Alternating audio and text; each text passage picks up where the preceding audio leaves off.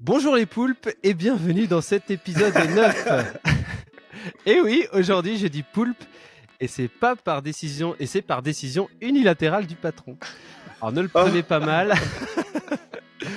Ne le prenez pas mal car les poulpes, même s'ils sont gluants, qu'ils ont des pupilles carrées et 8 bras couverts de ventouses, et que c'est l'animal fétiche de H.G. Lovecraft, ils sont aussi super intelligents, ils aiment résoudre des problèmes, ils sont déformables et ils peuvent changer de couleur pour se camoufler. Autant d'atouts indispensables lorsqu'on travaille dans l'industrie pharmaceutique. Arnaud, merci pour eux. Bon, alors comment ça ? Avec plaisir. Mais c'était juste une proposition, c'était pas une obligation. Alors votez. Votez dans le chat si vous préférez t'appeler les poulpes ou les académiciens. C'est aussi parce que c'est notre logo, les poulpes. C'est aussi notre logo. C'est aussi notre logo. Bon, avant de commencer, j'aimerais faire une spéciale dédicace au site de Loos qui s'est pris un astrocarton, comme on dit. Le site de Loos de Kuhlmann France. Donc, c'est un site qui fabrique des API, donc de l'acide chlorhydrique, des trucs comme ça. Donc, bon. Et quand ils se sont fait inspecter, ils se sont rendus compte qu'il n'y avait pas de dossier de l'eau, qu'il n'y avait pas de documentation, qu'il fallait valider le procédé et qualifier les équipements critiques. Bon. Il n'y avait pas de système qualité, quoi. Voilà. C'est pas drôle. Franchement, ça peut arriver à tout le monde. La NS quoi ? Qui êtes-vous ? En tout cas, mesdames et messieurs à Kuhlmann, si jamais vous avez besoin d'un coup de main pour ça, on fait ça, nous. Donc, vous pouvez nous appeler. Alors, petit point, avant d'aller plus loin, petit point écouteur. Petit point académicien. Donc, j'ai quelqu'un qui nous a écrit au sujet des conduites à tenir. Donc, il nous dit que sur son site, toutes les actions intermédiaires, toutes les actions immédiates sous forme de conduite à tenir ont été retirées des procédures car ça avait été considéré comme des dérogations sur le site et du coup, ils ont tout enlevé. Alors, qu'est-ce que vous pensez de ça ? Moi, je pense que c'est dommage. Moi, je pense que c'est dommage. Après, faut voir dans le détail ce qu'il y avait, hein, si c'était des conduites à tenir un peu tirées par les cheveux ou pas. Mais quand tu mets une conduite à tenir, tu l'as réfléchi un minimum, tu évalues les risques.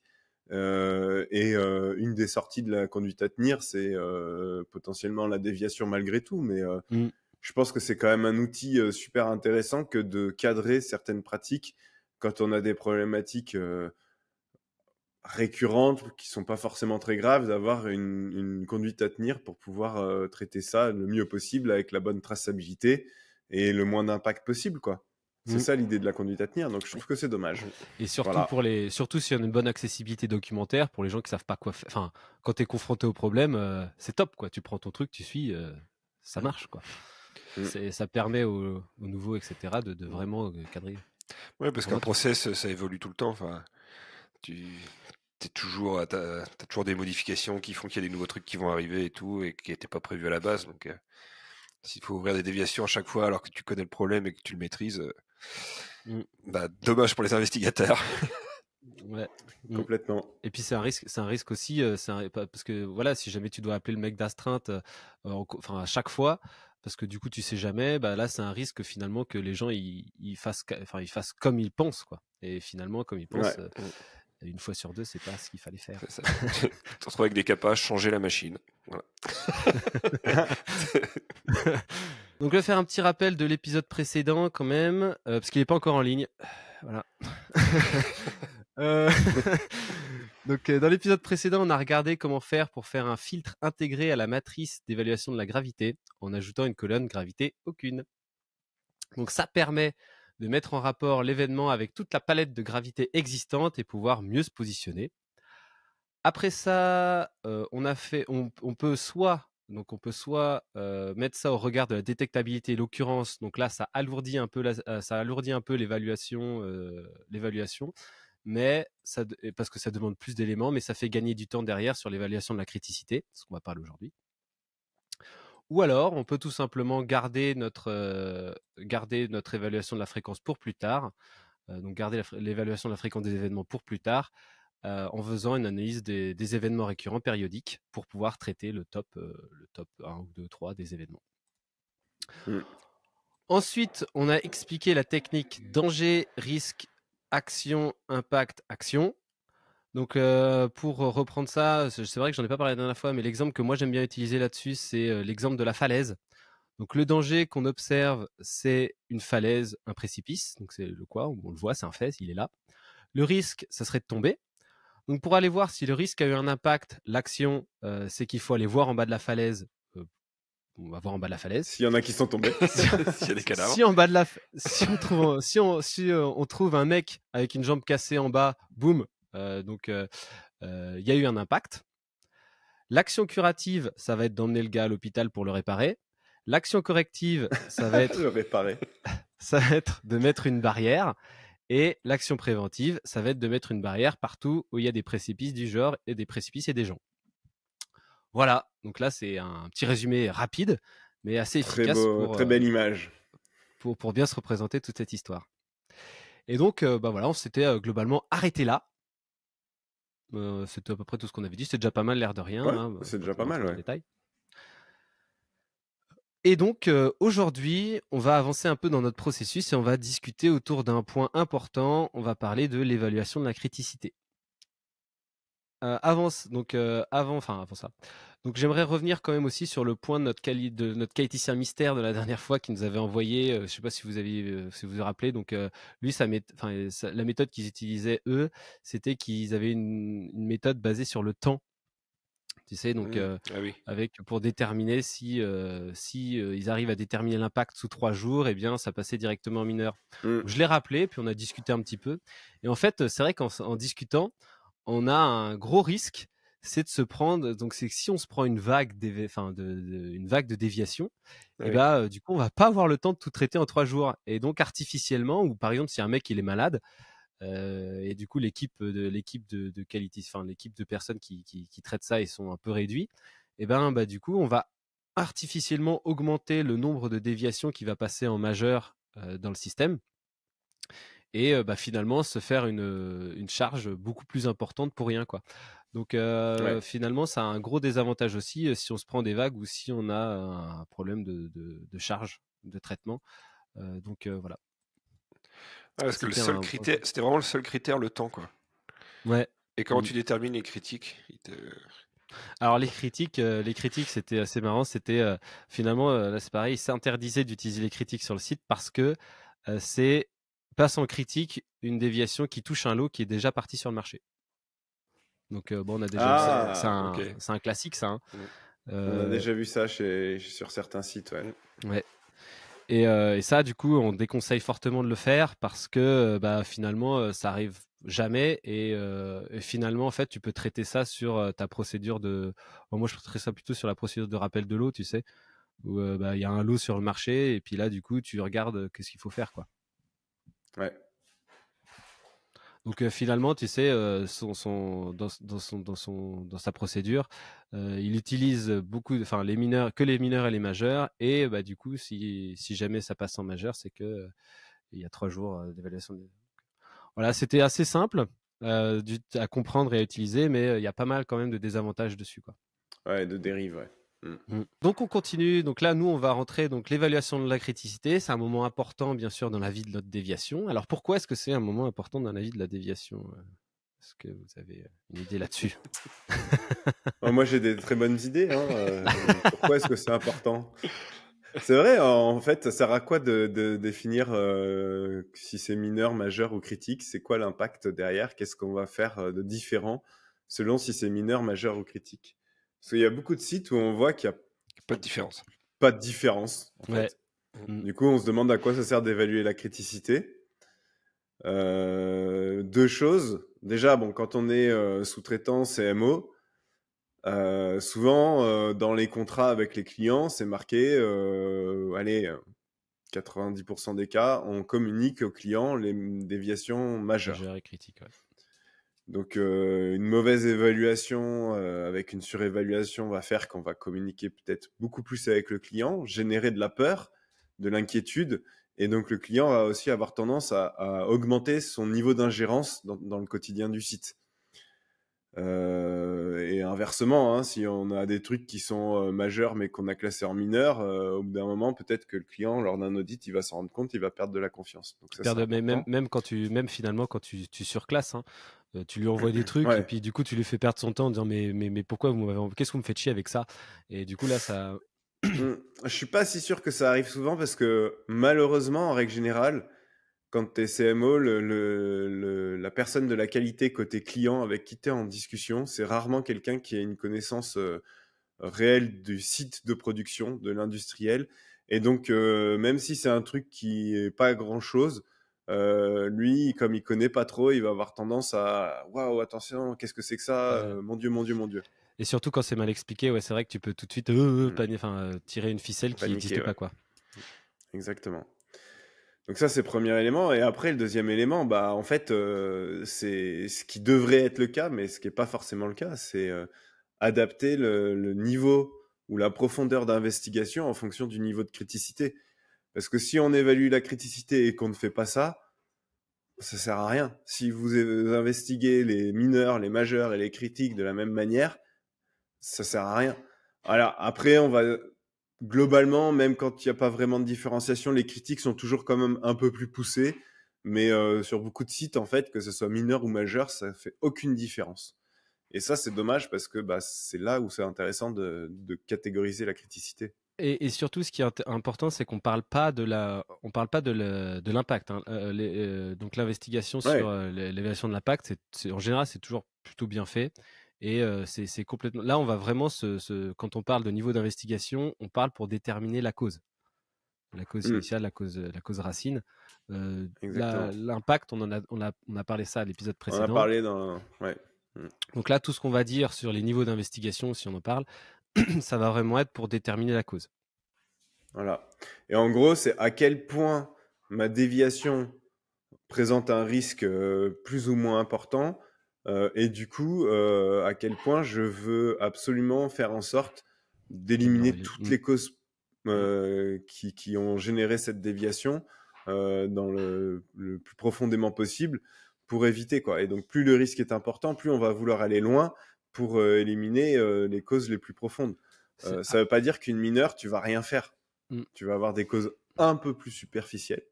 Malgré tout, c'est des causes sur lesquelles tu peux agir. Mais voilà, potentiellement, l'action ne sera pas la plus idéale possible. Ça ne veut pas dire qu'il n'y aura pas d'action. En fait, quelque part, tu acceptes de prendre le risque que ton action soit pas la plus efficace possible. Ouais, ça va être à quel point tu vas empêcher que cette déviation revienne, quoi. Plus tu vas être sur des causes profondes, plus tes actions seront efficaces. Donc en gros, ça joue sur l'efficacité de l'action. Et après, bah, forcément, sur une mineure, tu auras peut-être une action. En fait, tu seras moins sûr de l'efficacité de ton action, mais ça ne veut pas dire que l'action ne sera pas efficace. C'est juste que tu seras moins sûr de son efficacité. Et par rapport en fait, si tu n'as pas pensé à tout ça avant finalement, qu'est-ce qui se passe? Bah, c'est là où tu vas voir si la direction elle met une pression de dingue, bah là tu vas faire un gros travail d'investigation, parfois pour rien, hein. Si on a plein de données sur le problème, bah là on va faire un gros travail parce que enfin on a plein de données, du coup On a des données. on a des données, on va se faire plaisir avec une bonne investigation. Si on est émotionnellement attaché au problème, genre je sais pas moi, c'est l'encartonneuse, c'est ton bébé, c'est toi qui l'as installé, il y a encore une déviation dessus, hop, là du coup tu t'es émotionnellement investi dans ce problème, bah boum, tu vas faire une grosse investigation. Et bah pareil, en général, comme tu disais, hein, quand c'est critique, ouais, tu vas faire une grosse investigation, quoi. Et inversement, quand c'est un truc où bah, tu sais pas trop, même si c'est grave, enfin même si c'est critique, tu sais pas trop, tu vas attendre le plus longtemps possible et tu vas envoyer l'investigation de dernière minute en trouvant une cause un peu au pif et en mettant une action que tu sais pertinemment un peu pourrie pour pouvoir te débarrasser du sujet, quoi. Et encore une fois, hein, je parle pas de l'impact, hein, je parle vraiment de la cause. Ouais. Mais moi, j'aurais tendance à dire qu'il y a deux catégories de sites. de production. Le monde est Il y a divisé ceux en qui deux. creusent et il y a ceux qui ont le pistolet. Toi, tu creuses. Non, Oh, c'est... il y en a 3, il y a ceux qui n'ont c'est, pas de système qualité aussi. Ils sont peinards.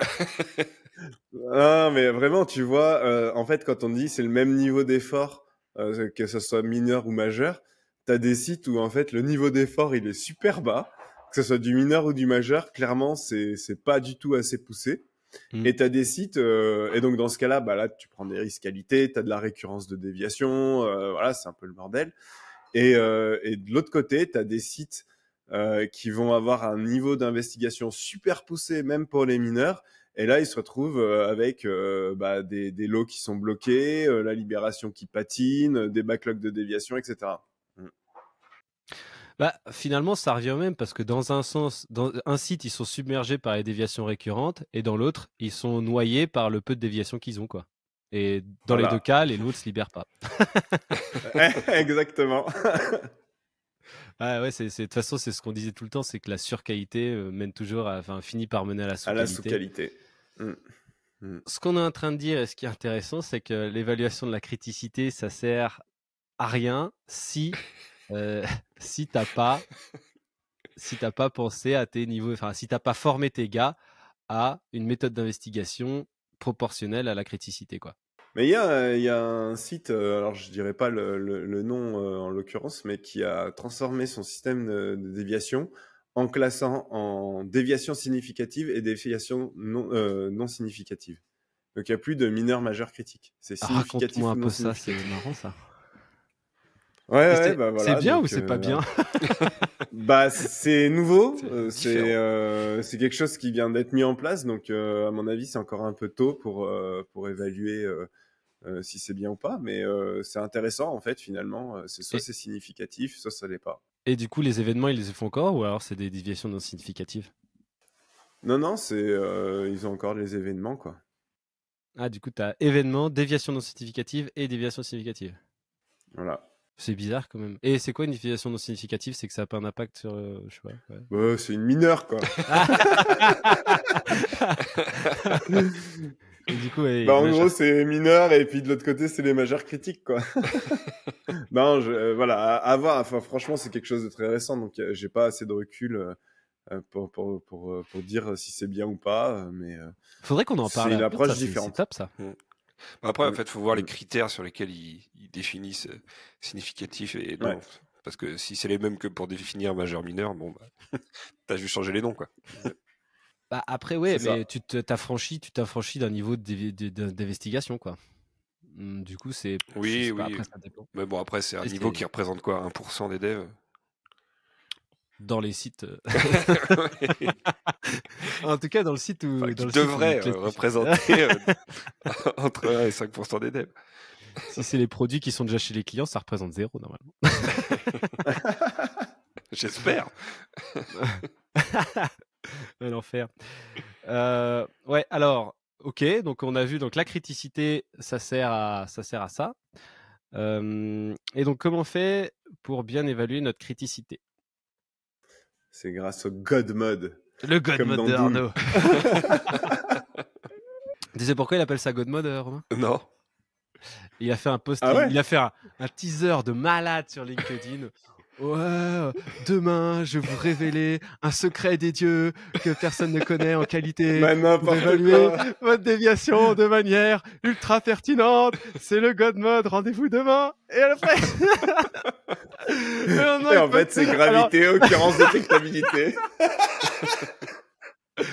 En fait, tout le monde utilise le God Mode depuis des années. Non, pas tout le monde, t'abuse. Non, pas tout le monde. Mais d'ailleurs, ceux qui n'utilisent pas le God Mode se font rattraper par la patrouille régulièrement. Ouais. Et ce qui est assez intéressant, et je me demande s'il y a finalement, parce que nous c'est ce qu'on utilise, hein, des gravités détectabilité en l'occurrence, mais je me demande s'il y a des gens qui ont pas ça et qui ont un truc qui marche de ouf et qui passent les inspections. Ouais, c'est vrai. C'est vrai parce que du coup, on voit, enfin moi, on en voit des sites qui utilisent pas ça, mais en règle générale, justement, c'est qu'on vient et on retransforme ça. pour mettre gravité, occurrence, détectabilité. Mais ce serait intéressant de voir, d'avoir un retour d'expérience de personnes qui n'utilisent pas cet outil, mais pour qui ça se passe bien. Et du coup, Ouais. c'est quoi l'outil en question qui est utilisé, quoi? Une méthode Montessori où chacun investigue ce qu'il a envie d'investiguer. Ça revient quand même à une analyse de risque, de gravité, détectabilité, occurrence, et c'est pour ça que ça plaît aux autorités. Bah oui, C'est ce qui est marqué complètement en partout ligne avec... dans tous les manuels, dans les BPF. C'est ce qu'ils veulent.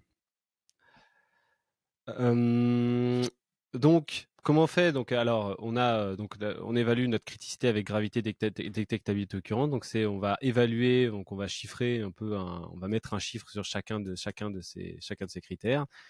Et donc, là, si je vous dis, je sais pas si je vous dis, tout le produit est par terre, est-ce que c'est grave?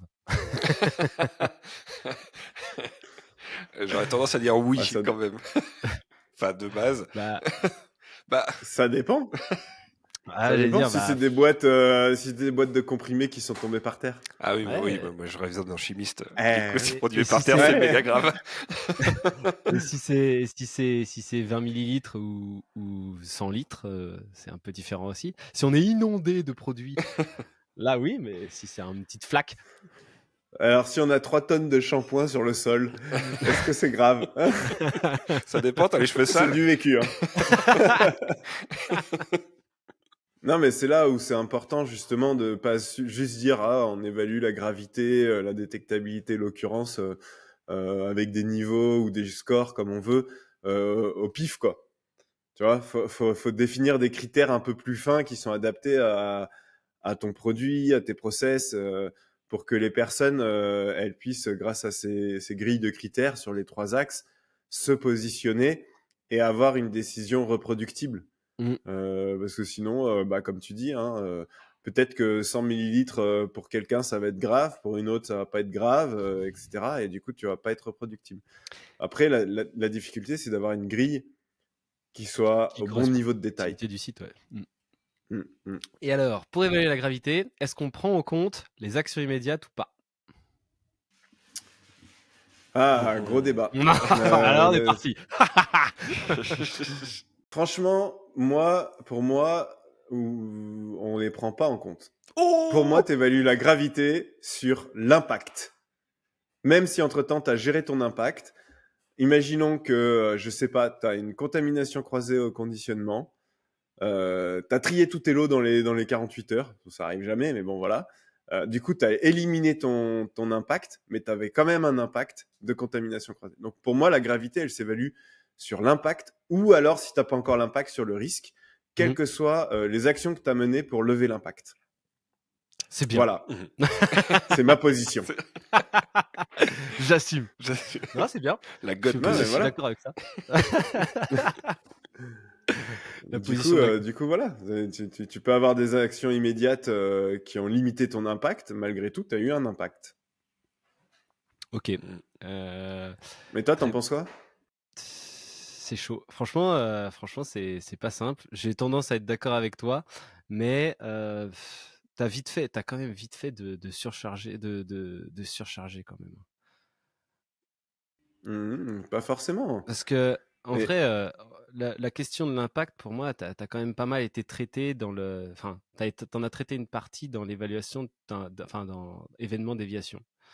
Donc là, déjà, s'il y avait pas d'impact ou s'il n'y avait pas de risque, du coup, c'est pas passé en déviation.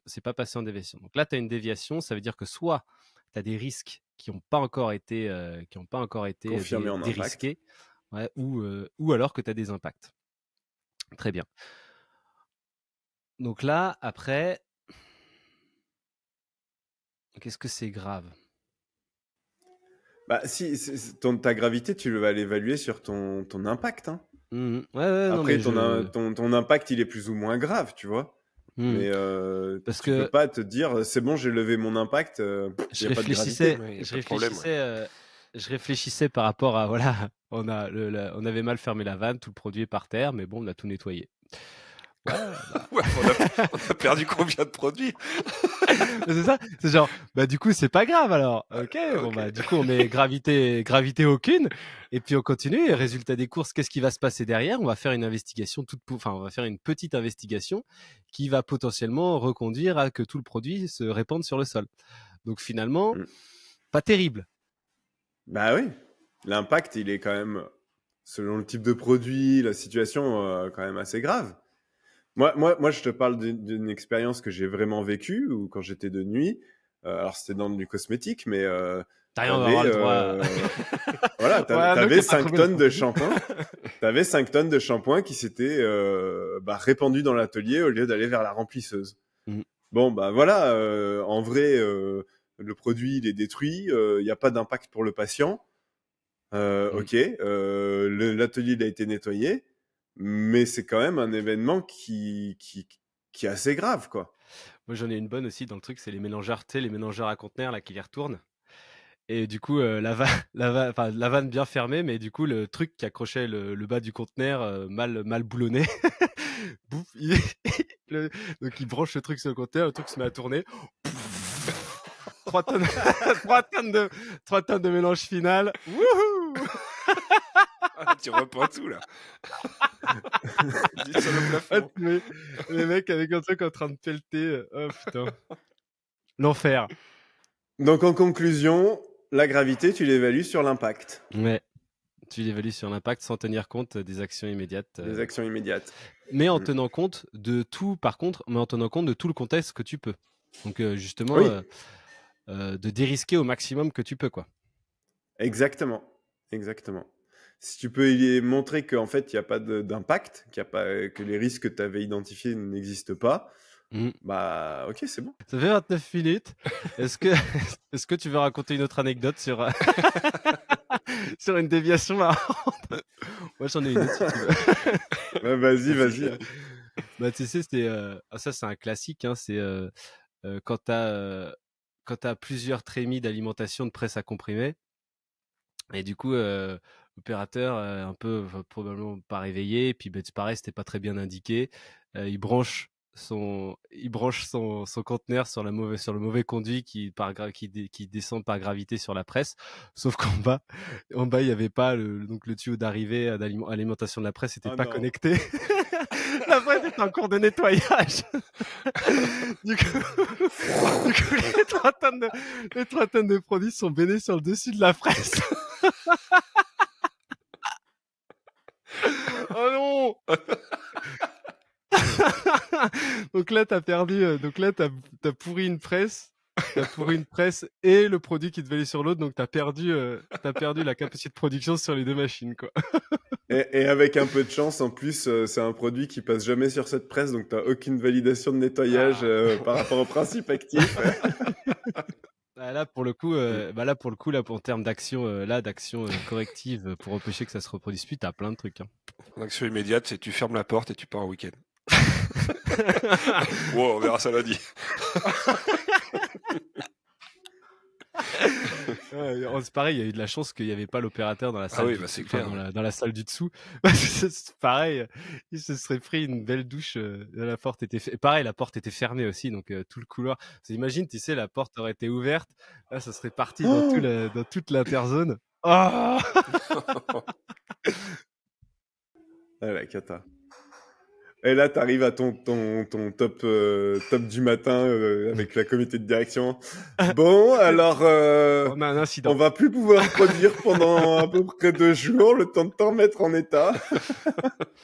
Et les presses à comprimer, c'est toujours marrant. Vous avez une mauvaise cam de montée, ça a tordu l'arbre. Bip. Oh non. Oh, c'est drôle, mais en vrai, c'est pas du tout drôle. Enfin bon, est-ce qu'on a des... Non, on n'a pas trop de commentaires, je crois. Hein. Non, bah, après, c'est vrai que du coup, tu vois, encore une fois, je me rappelle la première podcast, t'as dit, ouais, bon, en une demi-heure, on va parler de tout le process déviation. Là, on en est à la 8e, on a parlé de la criticité, mais on n'a même pas encore allé jusqu'au bout du sujet, quoi. Ouais, mais bon, après, on a une petite demi-heure, on rigole. Bah oui. Non, mais c'est bien. Du coup, bah, je pense que la prochaine édition, on parlera encore de la criticité, hein. Ouais. Si vous avez des trucs à noter, bah oui, on communique anonymement, hein, donc N'hésitez pas. N'hésitez pas à partager des expériences, ça sert à tout le monde et tout. Si vous êtes fiers de ce que vous avez fait, on va pas le démolir en vrai. Ouais, Mais n'hésitez pas à nous partager un peu vos retours d'expérience, vos trucs comme ça, c'est trop marrant. Et puis écoutez, on se retrouve petit très moment vite. de pub aussi. Ah oui. Petit moment de pub aussi. Si les déviations c'est un problème sur votre site, on va organiser un bootcamp en juin avec la possibilité de venir.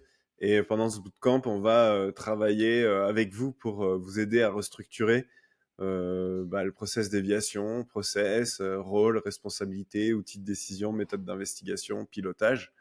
Et l'idée, c'est autour de quelques jours en atelier avec des gens qui viennent de différents sites, vous aider à avoir tous les éléments en main pour que quand vous reveniez sur site, vous puissiez déployer votre nouveau process déviation. Avec Donc tous on les pourra mettre le éléments. lien vers la page qui explique tout ça. On mettra le lien sur LinkedIn, mais voilà, en juin, on va organiser ça.